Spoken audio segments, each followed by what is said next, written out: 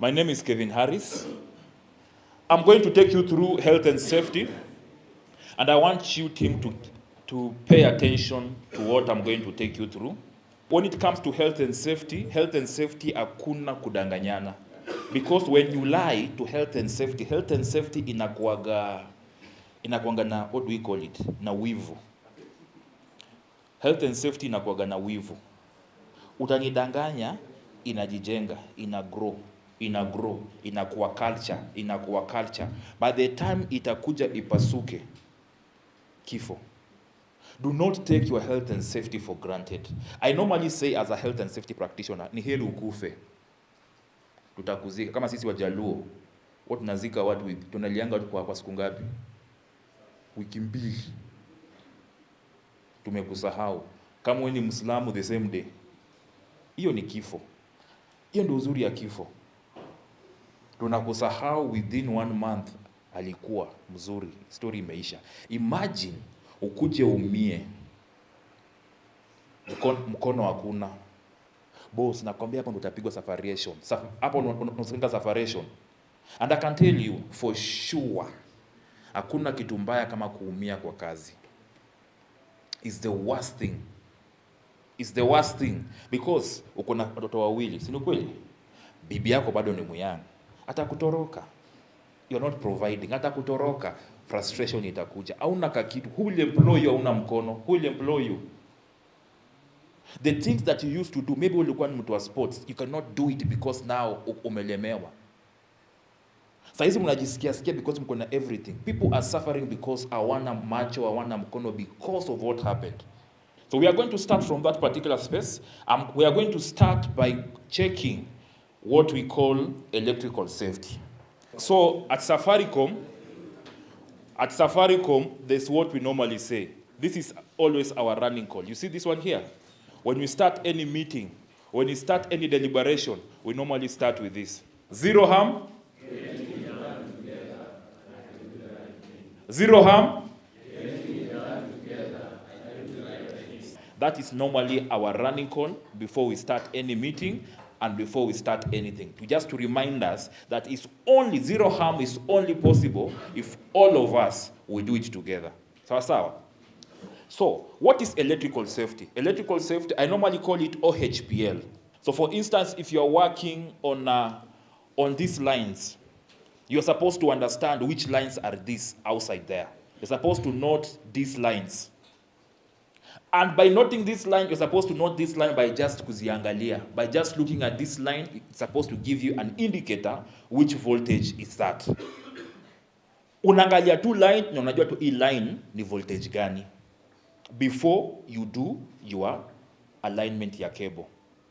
One thing that you are supposed to know, when it comes to electrical safety, especially when you are using OHPL, the best and the bigger thing that you are supposed to put in mind, ni nini? Clearance. Forget about any other thing. Kwa stima, ukiweka cable yako, the most important thing ni nini? Clearance. Don't ever forget that. Clearance. Clearance peke yake. Always think about clearance. Anytime you are attaching your cable on those particular line. And before you do that connection, again you are supposed to understand when you are working, there's what we call unsafe condition. Say many unsafe condition. Unsafe condition ni vitu yenye you cannot change. Si ni kweli? Umeenda stima yenyewe the way imewekwa pale. That is what? Unsafe condition. Because ni stima, si ni kweli? Unaendesha gari. Kuendesha gari ni nini? It's an unsafe act. Unaiendesha, si ni kweli? Gari yenyewe ni nini? Unsafe condition. So, for incident to come to pass, unsafe condition na unsafe act, they are supposed to do what? Zikuje pamoja. Mumeka kwa hii room. Kwa hii room, the way mumeka na hizi viti is unsafe condition. But you will make it safe act by making sure umeangalia kiti, ijavunjika ndo ukalie. Many a times mkiendanga kukalia viti, si mnaangalianga viti kwanza ndo unakalia. Au kajengi tu kakalia. So what have you done? Umefanya risk assessment kuangalia hiyo kiti ndo uende ukakalia hiyo kiti, unasema hiyo kiti iko safe. But the moment umeona hii kiti imevunjika na unakuja unakalia, the kit itself is unsafe condition. Ukikuja kuikalia ni unsafe act. So when unsafe act and unsafe condition come together, there is a probability, vitu tatu nne, sorry. Kitu ya kwanza inaitwanga nini? Near miss. Near miss ni ile ulikuwa unatembea na nikajigonga kwa mguu yako. That is a near miss. Ama ulikuwa unapanda pole, unaenda kupanda pole na climbers, uka lose your footing, ukateleza kidogo. That is a near miss. It happened. Ama ulikuwa unatembea, matatu ikakupita tu hapa. Whoop, ama nduthi. That is a near miss. After near miss, we have what we call minor injury. Minor injury, nilikuwa natembea, nikajigonga kwake, nikaumiza kidole. Ama hii nduthi ilinipita, hiyo side mirror yake ikanichapa kwa mabega, nikaanza kusikia uchungu. Ama ikanigonga ikanirusha huko. That is a minor injury. Serious, then we have what we call serious injury. Serious injury is divided into two. We have what we call FAC, that is first aid case, and what we call MTC, medical case. Unanipata? Medical case ni ile umepata serious injury, umeanguka from that pole ukapelekwa kwa hospitali. Medical case. First aid case ni ile tu umeumia na minor injury, ukafanywa first aid hapo na ukaenda wapi? Ukahudumiwa hapo chini na wenzako na story ikaisha. Sawa sawa? Tafadhali tusisahau hivyo. So ukiona any incident that happened, ni unsafe condition na unsafe act zimekuja pamoja. So you as a technician, what are you supposed to do? Is to make sure that unsafe condition does not interact with you, who is going to put what? Unsafe act. You know very well, hii gari yako iko faulty, unsafe condition. Na unaenda kuendesha hiyo gari, unsafe act. So when unsafe act and unsafe condition come together, ni kwamba kuna probability ya fatality, serious injury, minor injury, ama near miss. Are we together? So it's your responsibility as a technician to make sure that unsafe act does not interact with an unsafe condition. Unsafe condition you cannot change many a times. Umesikia? Unsafe condition many a times you cannot change. Umeenda kwa site, umeona hiyo pole ya KPLC imerot. What will you do? Pole ya KPLC imerot. Pole ya KPLC imelala na bado unapanda. So hiyo pole ya KPLC kilala, what does it mean? Unsafe condition. Ukienda kuipanda unsafe act. Now, when unsafe act and unsafe conditions interact, there's a probability that something bad is going to happen. Ndiyo, haita happen that day, but nimewambia, safety inakuanga na chuki. Itakuaga tu. Utahepa ya kwanza, ya pili, ya tatu. By the time itakuja kulipuka imekuwa culture. Ni culture yako. Sisi kwa Konnect tunafanyaga hivi. Sisi Konnect tunafanyaga kazi yetu hivi. The moment umeanza kusikia hiyo term Johnston, just know mnaenda kuzika watu. Lazima to renew our mind. Tuane health and safety is supposed to do our things differently. My friends, I beg you. Nikiona hizi masura zote hapa zikai masura za shida. Ni sura ziko na hope. Sura ambazo they want to make it in life, sivyo? Let us protect our body with every means that we have.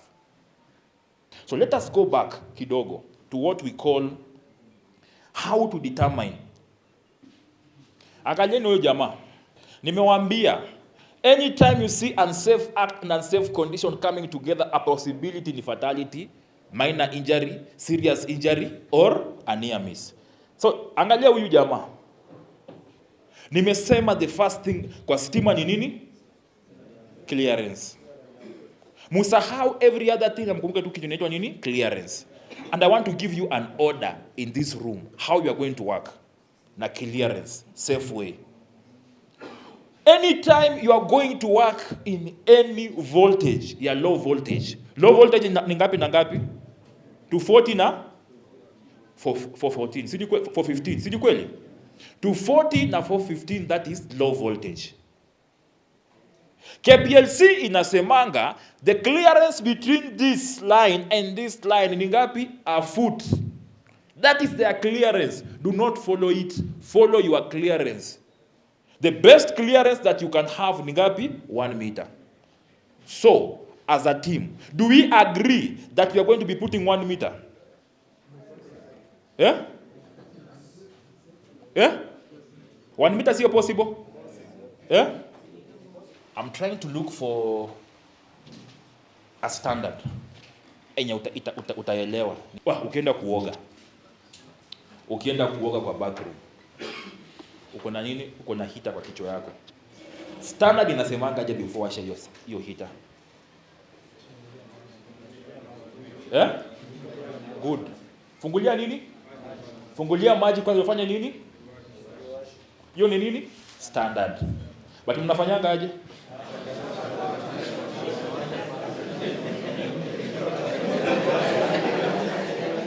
Lakini hujaiungua, hujaichapwa, si ni kweli?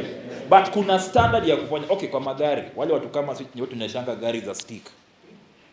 Ukitaka kufanya nini? Gari wanasemanga, ukisimama na gari, kusimamisha gari, what do you do? Ukitaka kuanzisha hiyo gari, unaweka gia gani? Yategemea ni gari gani. Nani nakwambia ati gia 1 gari hizi amka. Nimesema gari ukisimamisha, gari umesimamisha, hujazima, umesimamisha gari. Umeweka neutral, si ndio? Okay, hujatoa mguu kwa gia, hujaisimamisha sana, huko tu kwa aje buda, uko sawa? Utaka kwenda kwa neutral. Gari ndogo unafanyaga aje? So unarudi gia 1. Gari kubwa hata gia 2 inaamka, si ni kweli? But ukienda kwa watu atakwambia hapana, that is wrong. Rudi gia 1. Standard tumevunja. A good thing, another thing ni nini? Ukienda kwa choo, umejisaidia. Lazima kuja uoshe mkono na ni usiku, umekazwa usiku, umeamka saa 6 usiku unaenda kwa choo. Hebu nipigie tu story, unafanyanga nini after?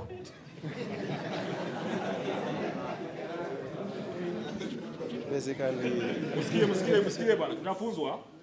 okay, after kutoka the latrine, Yeah. the first thing just I close the door, then I wash my hands. Kuna sink tu hapo already.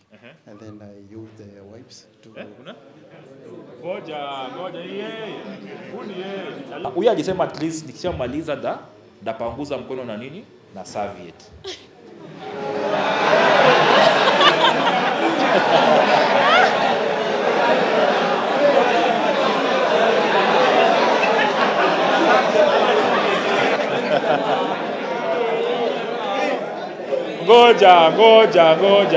Ngoja. Ako right bana. Ako right.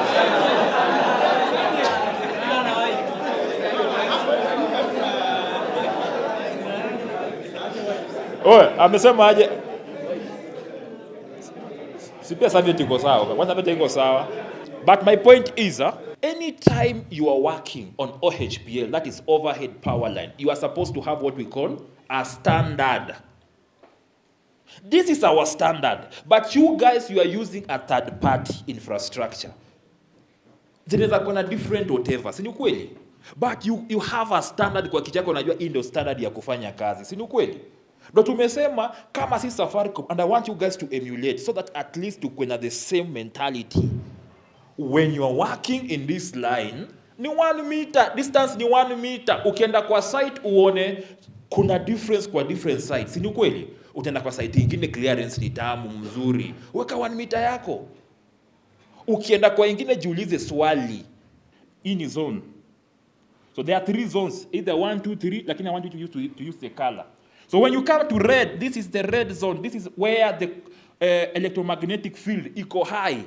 Hivi ini line na wewe uko hapa na kebo yako hapa, hiyo kitu itakupigia makelele sana because imefeel electromagnetic field. Then when you come to yellow is the space that you are supposed to pull your cable. kuna another gadget tutawapatia, unaweka kwa mkono, inaitwa risk detector.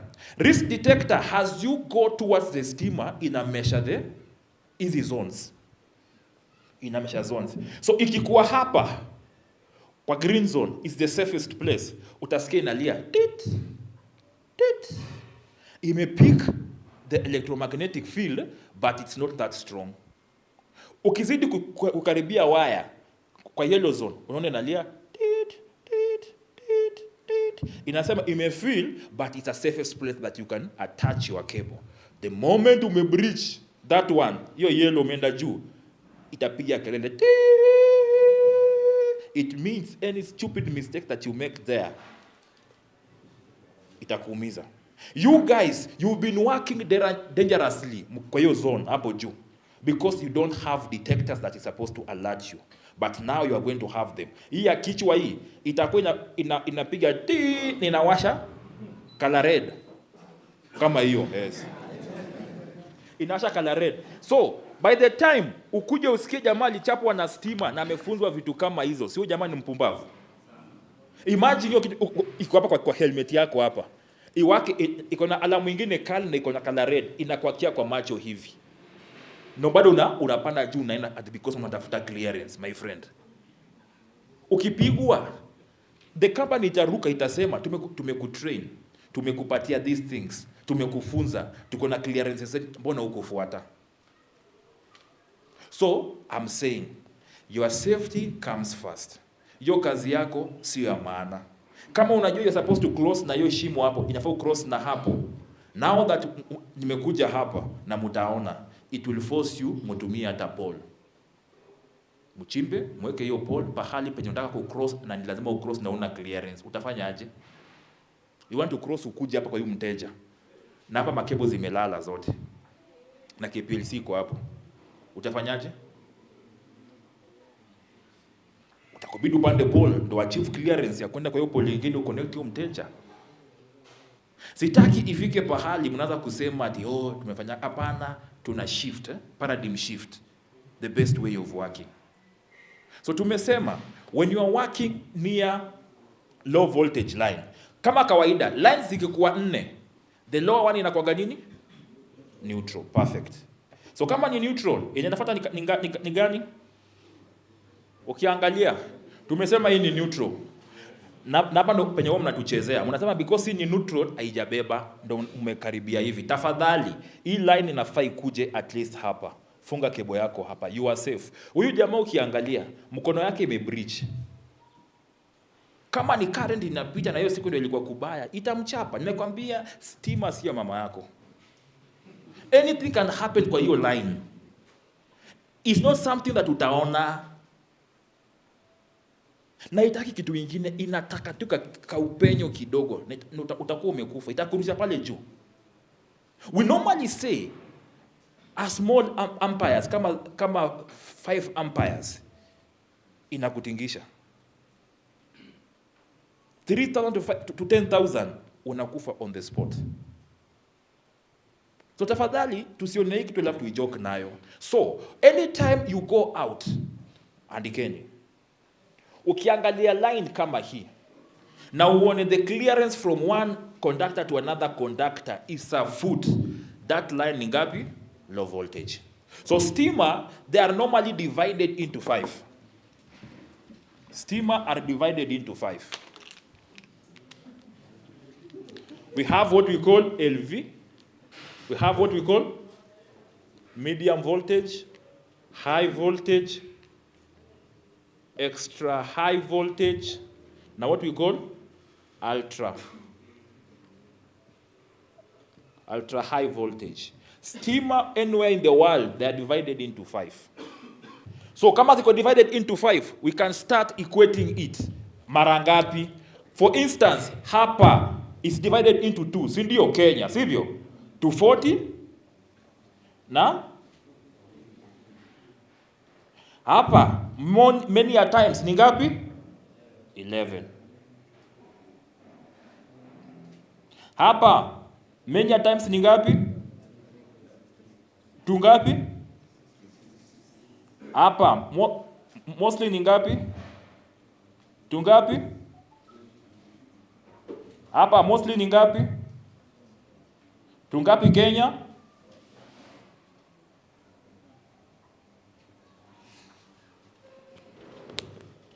So, when you are working, definitely hii ni no-go zone. Tuko sawa? When you are working in our ecosystem, the last two, it's a no-go zone. Ukipatikana hapo hata mimi nakutia polisi. You're not supposed to go and work on 66 up to 130. Unafanya nini hapo? Because 132, majority of those lines inatumia pylon. Si ni kweli? Hapo ukipatikana shauri yako. So tusiende kwa any space yenye iko na 66 plus. So the highest voltage 90% of your work iko kwa 11 na ngapi? Na the low voltage. Even 33 ni ngumu nyinyi mkwe nazo. 33 pia ni ngumu. So if you are working on these lines, hii tumesema there's a way you can differentiate which voltage is this. Tegeni masikio sasa, tunakuwa technical. I want you people who have that power. Ukiangalia line, unajua hii line ni voltage gani. So how do you do, or how do you know hii line ni X voltage? Kitu ya kwanza nimewambia ni nini? Spacing. Spacing is the first parameter. Kuangalia spacing ya line, unakuja hapo unaangalia from this line to this line, from this line to this line, from this line to this. What is the spacing there? It's like a foot. Si ni kweli? So anytime you see a foot, clearance or spacing ya a foot from one conductor to another, definitely that is what? Low voltage. Utakuwa tayari usha clear here. A foot, that is LV. Tuko sawa? The next thing that you do, unaangalia what we call insulator.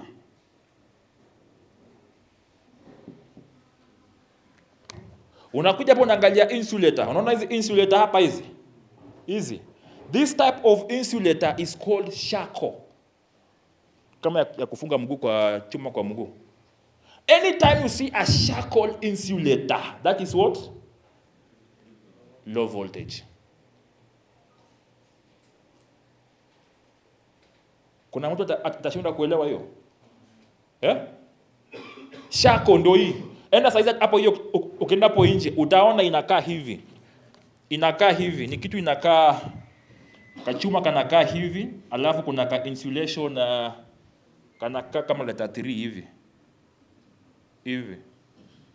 So haya inakimbiaga hapa. Alafu hii chuma ndio inaenda kwa pole. So umeona? Ukienda hapo nje uipata hapo nje, anytime you see, it's called a shackle insulator. Where there's a shackle insulator, you are dealing with what? Low voltage. Na nimewambia where there is a clearance or a spacing of a foot size, that is what? Low voltage. Anytime again, ukiona hii line, 3 phase, this one hivi, is a 3 phase, na hii single phase. So this is what? 240, na hii ni ngapi?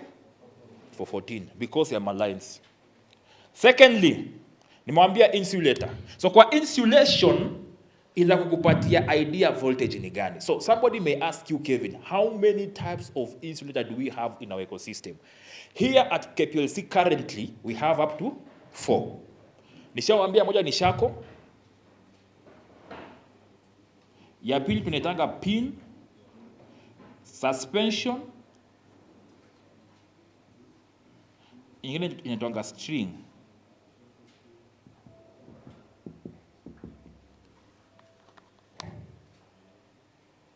Anytime you see KPLC, utafunzwa tuko na hizo types of insulation. 4, majority, but other countries, other jurisdiction, zinafika up to 11.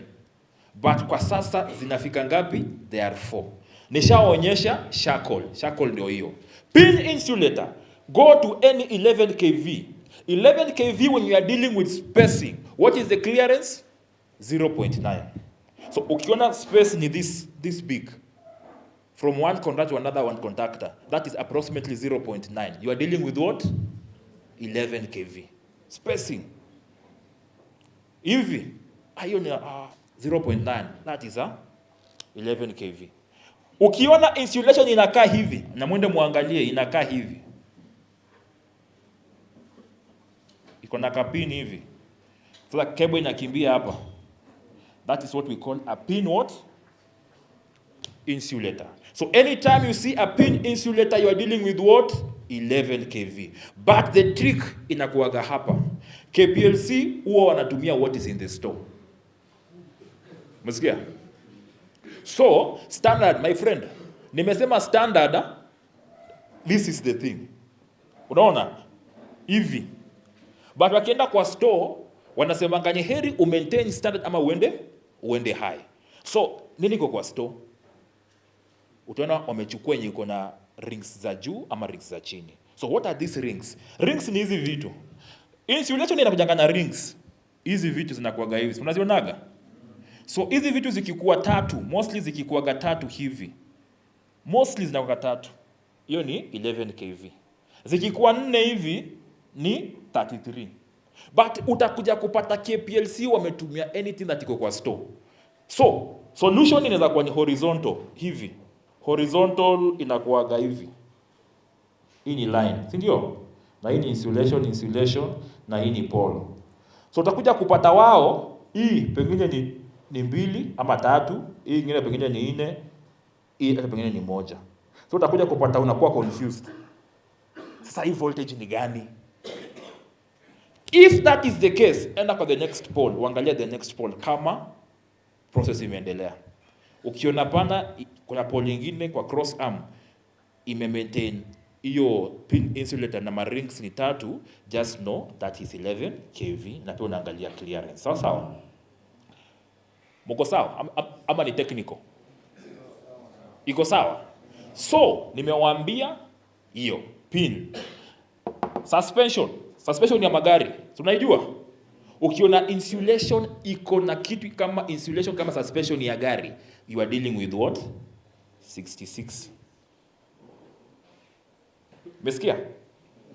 Na suspension ya magari, hizo rings ni mingi imefika hapa.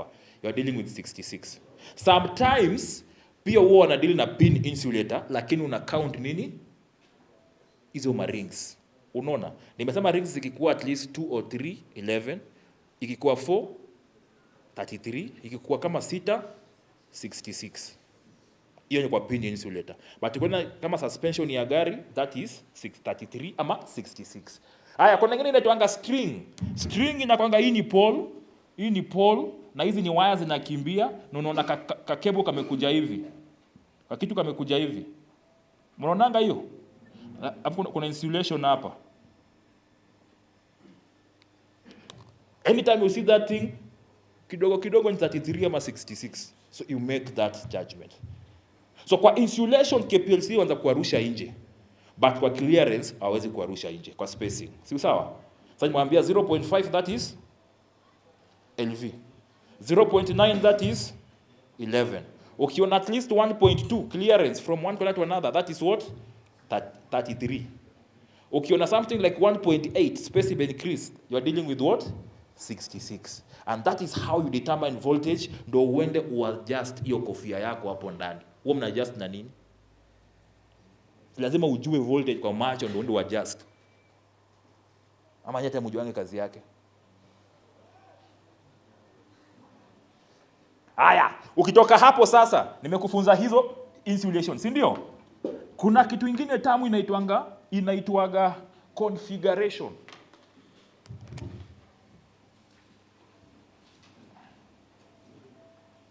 Configuration ama formation is another indicator that you can use to determine the voltage inherent in any line.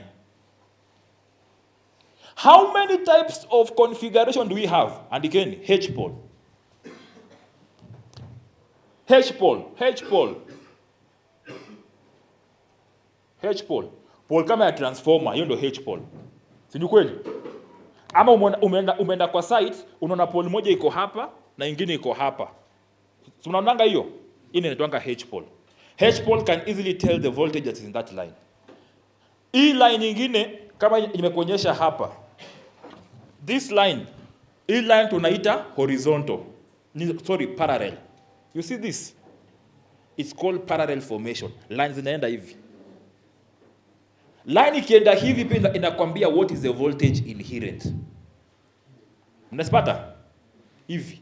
Line ikikuwa na cross arm, ikikaa hivi, we call that horizontal.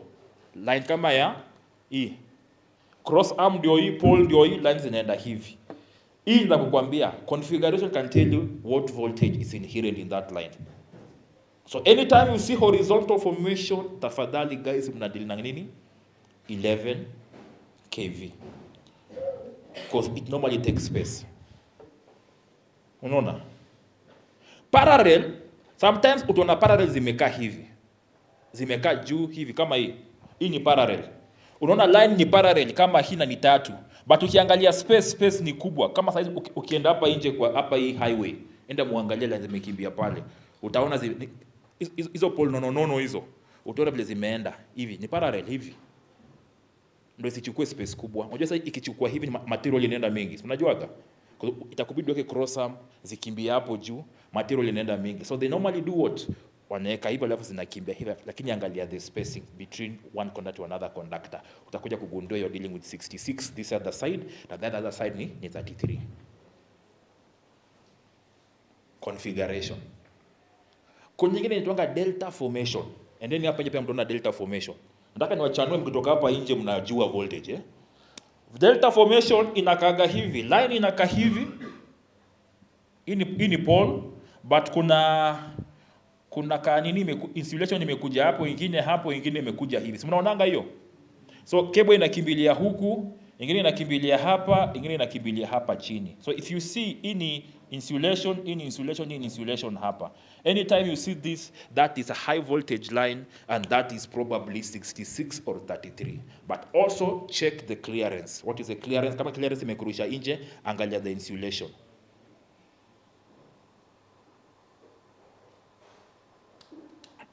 Thickness of the conductor, andikeni. Thickness of the conductor. The higher the voltage, the thicker the conductor. Pia angalia uzito hiyo conductor ni nono hivi. Just know imebeba super high voltage. Umesikia? Lakini ilikuwa kama hii kidole yangu hii, just know you are dealing with what? Low voltage. Pia angalia the thickness of the conductor. Pia pole ikikuwa refu kabisa like 15 meters or 10 meters, enda uangalie you are dealing with 33 or 66. 132 definitely hiyo mtaekewa wapi? Kwa mapylons. Where there is pylon, chances are very high in 132 to 20 are 400 haizi pita hapa. 400 million imepita huko size ya Isinya huko ndani. Na hiyo nyingine imepita pale ni 220 hapo KU. Unaangalia KU imepita hapo, hiyo ni 220. Hapo siwahitaji. Na wahitaji hapo kweli. Utakuwa unafanya nini hapo? But chances are very high. Majority of you guys are going to help us in Dandora. Dandora ndo penye stima yetu iko, si ni kweli? So hapo utakuja kuna stima zinatoka pale ni 66. 66 hakuna kwa kaunti nyingine, ni Nairobi pekee because of factories. Si ni kweli? Ukienda huko nje other towns utapata mingi ni 33 na 11. So don't get twisted. 66 iko hapa. So you're supposed to know 66 ni line gani. Stupid mistake hapo. Clearance yake inakuanga almost 6 meters. So any stupid mistake in that line utachapwa mbaya sana. You've never encountered that because nyinyi na wajoni ni watu wa mitaa, si ndio? Konnect ni watu wa mtaa. So mnadilingi tu na 240, 415 na 11. The day mtaanza kusukuma cable na nyinyi mnasupportiwa na watu kwa letea transport, ndio mnaponaga. The day mtaanza kusukuma line ati kama vile Safaricom inakwanga tunaamusha ma BTS. Nanga ma BTS zetu hizo tunaziamusha. Itakuforce upite kwa hizo ma line. But tumeput so much control. 66 we don't touch. Ni heri tupande poles zetu. Safety. Because any hapo stupid mistake, shauri yako. Any stupid mistake kwa hiyo line, kiboko mtapigwa na KPLC, mtaisahau. So let us be very careful anytime we are working on the lines. Nishawafundisha jinsi ya kujua the voltages. Nimeongea spacing. Nikawaambia if you see a foot LV. Nikawaambia 0.9 MV. Nikawaambia 1.2 HT. Nikawaambia at least 2 meters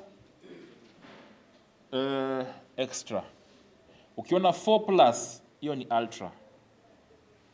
So the only place you're supposed kushika nyinyi mshike hapa. Mshike hii LV, mshike MV na mshike E. So nimewaambia a foot 0.9, 1.2, hizo ni clearance za KPLC. Hizo ni zao, they are not yours. Kama KPLC wenyewe, they can see and they can view clearance na waweke clearance. Who are you to breach the clearance?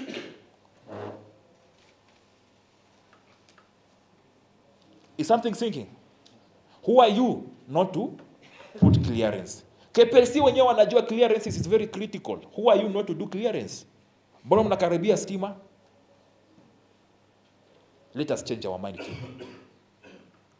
Let us change our mind. Clearance. Clearance. Clearance is very critical when it comes to OHPL. That is OHPL safety. So, how do we work as Safaricom when it comes to OHPL safety? I've said, wherever there is LV, we do 1 meter as Safaricom.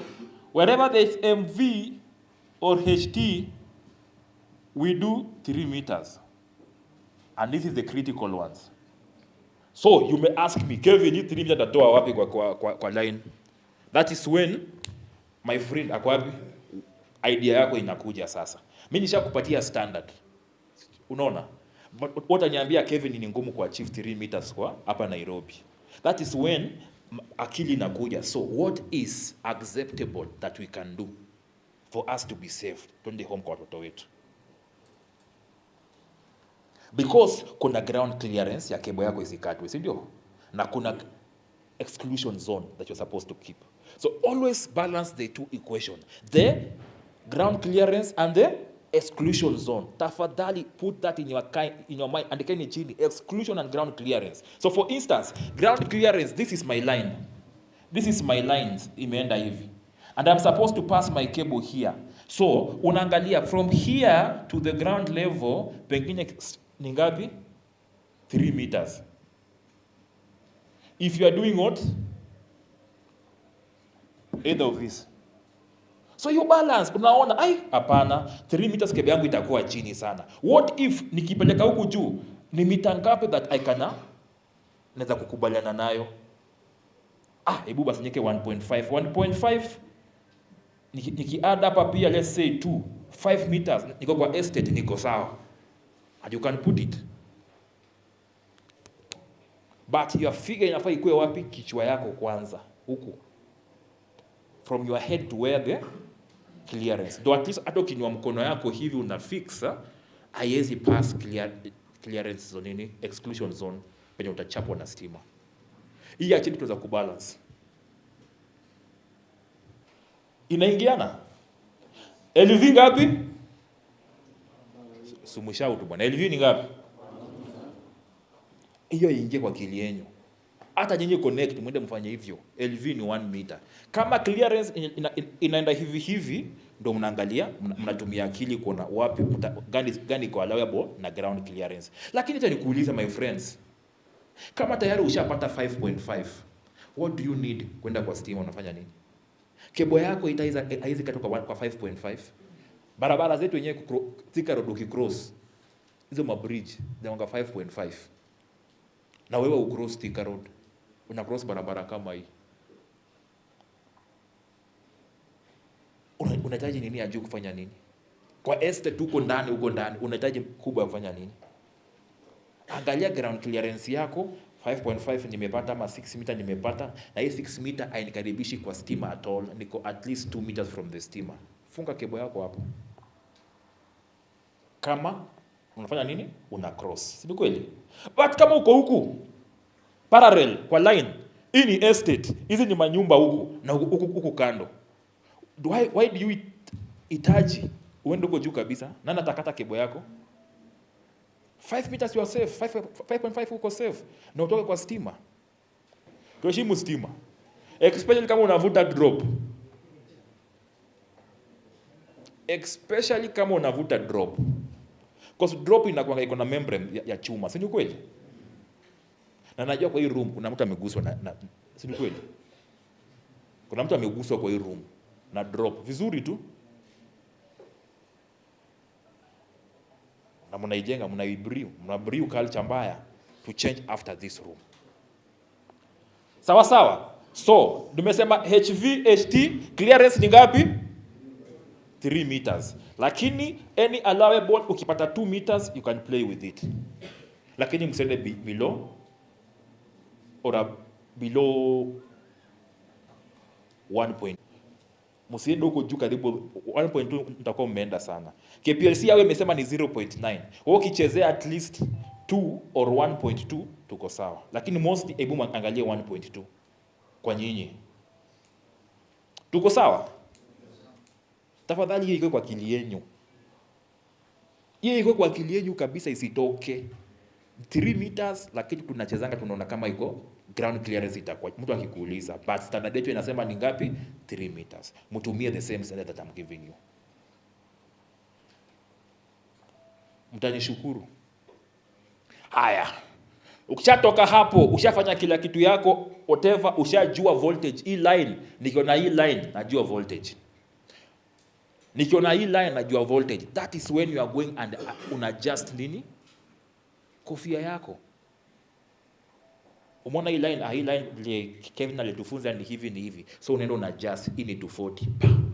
Alituambia kama ni lines 4, chances are very high. Hiyo ni nini? 415. So unaenda kwa 415 unadjust. Kofia yenu niliona iko na 240. Alafu iko na 15. Iko na ngapi? Sawa, iko na 10, 35. So unaona hiyo ni design ya China.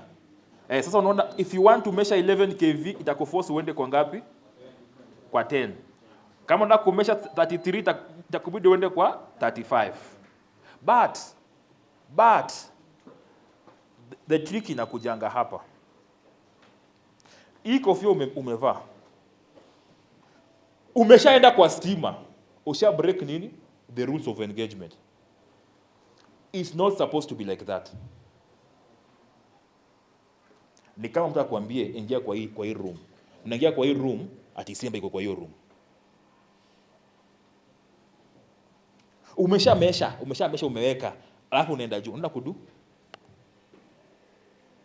But testing is supposed to test from the ground level, my brothers. You want to know hii line imepita hapa kama iko na current, si ni kweli? You don't go kwa hiyo current kutestia huko juu, unatestia chini. That's when Johnson will tell you kuna matools tunawaletea. Ya kwanza inaitwa link stick. Link stick ni kamuti kengine hivi ka yellow. Mumeona watu wengi wako nayo. Mumeona especially watu wa Safaricom wako nayo. Ni karungu hivi. Hiyo rungu kiona hiyo rungu unachukua another detector unaweka juu. Sasa hii kitu kiko hapo ndani. Unaweka kwa hiyo rungu, unaona una adjust. So unavaa gloves zingine mtaonyesha za rubber, unavaa hiyo gloves na unasukuma hiyo link stick towards where? Towards the conductor. Lakini hiyo kitu iko super sensitive au shikilishi kwa conductor. Ikifika tu karibu na conductor ina peak. Ninasema hiyo line iko energized. Many a times mtaenda kufanya kazi alafu mwana hapa mwezi fanya kazi. KPLC inawaambia hii hamwezi fanya kazi hapa, ama nyinyi mnajiambia we cannot work here until tuzime hii line. Si ni kweli? Ndio at least mpitishe cable. We have nini? Such a thing. Mnasukuma cable na unaka hii cable hatuwezi sukuma, lazima tuzime line. Ime happen. So kwetu kuna places unaenda kuzima line unaona cable yetu imelalia transformer. And you cannot work and you want to offset.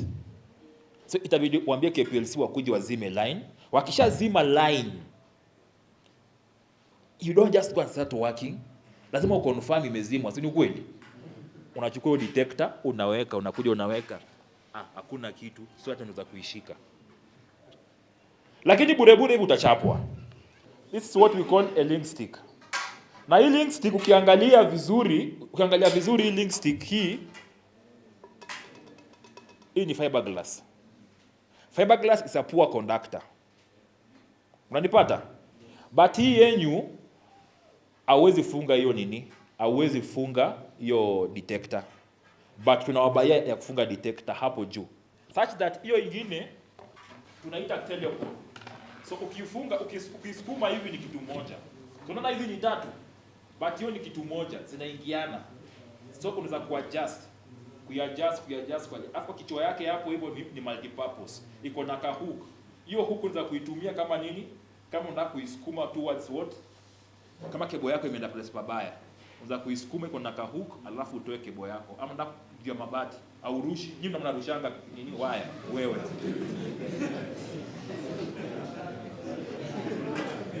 Sitaki ujinga. Hii maneno ya kurusha hivi hapana, tuache hiyo maneno. Hiyo ndio unaona many a times inalipua nini? Inalipua transformer. The best thing you can do, unachukua hiyo link stick, iko na kahuka hapo, unafunga kebo yako hapo, alafu unafanya nini? Unaipeleka alafu unakarusha. Kataenda tu alafu imeshikilia. Unaona? Sasa haiendi kwa line. Ikienda kwa line alafu zima waya zishikane. Hapa ndio mnapiga mafuse za transformer. Na ni kilio kingine kuja isikia. Kama ni kwa soko, kwa mambo wao watatoroka. Na KPLC when they come there watakubeba. So tujipende team. You never know next time italipuka nani. Kuna watu hapa Nairobi, transformer iko hapa na wanafanya kazi chini. Si ni kweli? Hiyo mlipuko ikitoka na mtu apigwe na kifua, hiyo mshtuko wa kifua, alama kifua ya roho alafu akufe. Who is to blame? Si ni wewe? So tafadhali team tujipende na tufanye the right thing. Link stick inakuja, unafunga hapo juu kebo yako, unapeleka hivi, jambo anachukua hapo sawa. Na mkono usishike hiyo kitu na mkono, kuna gloves anawaletea saa hii. Mtaona tu ni za raba. Zinafika somewhere here. Unaivaa ndio unashikilia hiyo link stick. Ndio in case current ipite. Uko sawa. Hizo glass they are very uncomfortable. So ni ya kufanya nini? Kushikilia tu hiyo kitu, si ya kufanya kazi, ni ya kuvaa tu, unashikilia hii link stick unarusha, ukishamaliza unaitoa. Because here within 2-3 minutes utaanza kusweat huko ndani mbaya sana. Hiyo ni ya kushika hiyo kama unafanya kazi karibu na stima kwenyewe. But you guys, you are not supposed kufanya. Nyinyi sio watu wa nini? Wa stima. Mnafanya kazi in close proximity with electrical conductor. Sasa kazi yenu ni close proximity. So clearance is the most important virtue kwa line. Inadonjo? Safi. So tafadhali tusiende pala na nasema tu ni mtu wa stima. And I want to urge you, tafadhali going forward, be very careful with the estates you are going to work. And that's the reason why I want you guys to have detectors all through. Na mjue kuzitumia na mzitumie tafadhali timu. Mutakufa if you are not careful.